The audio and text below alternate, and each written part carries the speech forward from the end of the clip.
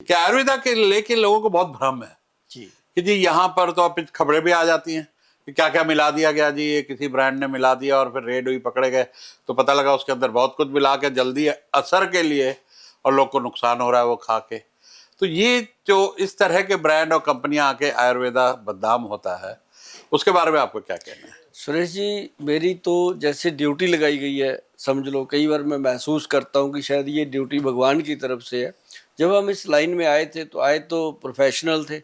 कि पैसा कमाएंगे और अच्छी चीज़ है, अच्छी अच्छी चीज़ें लोगों को देंगे।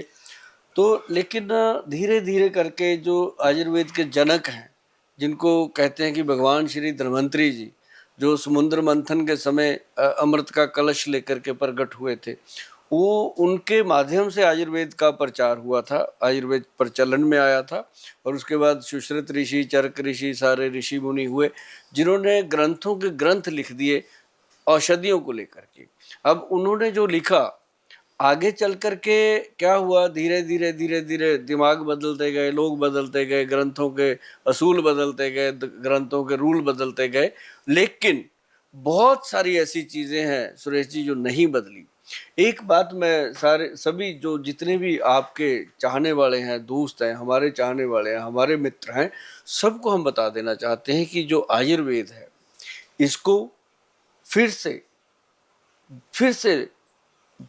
जो हमारा यूथ है, यंग बच्चे हैं, उनके दिल में जिंदा करने के लिए मेरी ड्यूटी लगाई गई है। और मैं ये सारी वहम भ्रांतियाँ दूर करने के लिए शायद मुझे भगवान ने आज इस समय, इस उम्र में कहा कि पूरी एनर्जी से काम करो, तो कर रहे हैं। कि मैं वो चीज़ें बताना चाहता हूँ हमारे यंगस्टर को, हमारे यूथ बच्चों को, कि यदि आप लोगों ने आयुर्वेद की तरफ पूरी तरह से रुझान नहीं बनाया तो वंशनुमा रोग जो हैं, जैसे शुगर रोग है, माता पिता, दादा दादी, नाना नानी से आगे फैलता है, फिर गठिया का रोग फैलता है, हेरिडिटी थायराइड जिसको का, बोलते हैं। जो हेरिडिटरी रोग है, उनसे बचने के लिए आयुर्वेद आपके लिए बैरियर बन सकता है। और ये मैं अपने इस काम में, सुरेश जी मैं आपको बता दूं, मैं अपने आप को समझता हूं कि मैं 70% सक्सेस हुआ हूं कि मैंने यूथ को वापस त्रिफला पाउडर पे, अश्वगंधा पे, उस पे शिलाजीत पे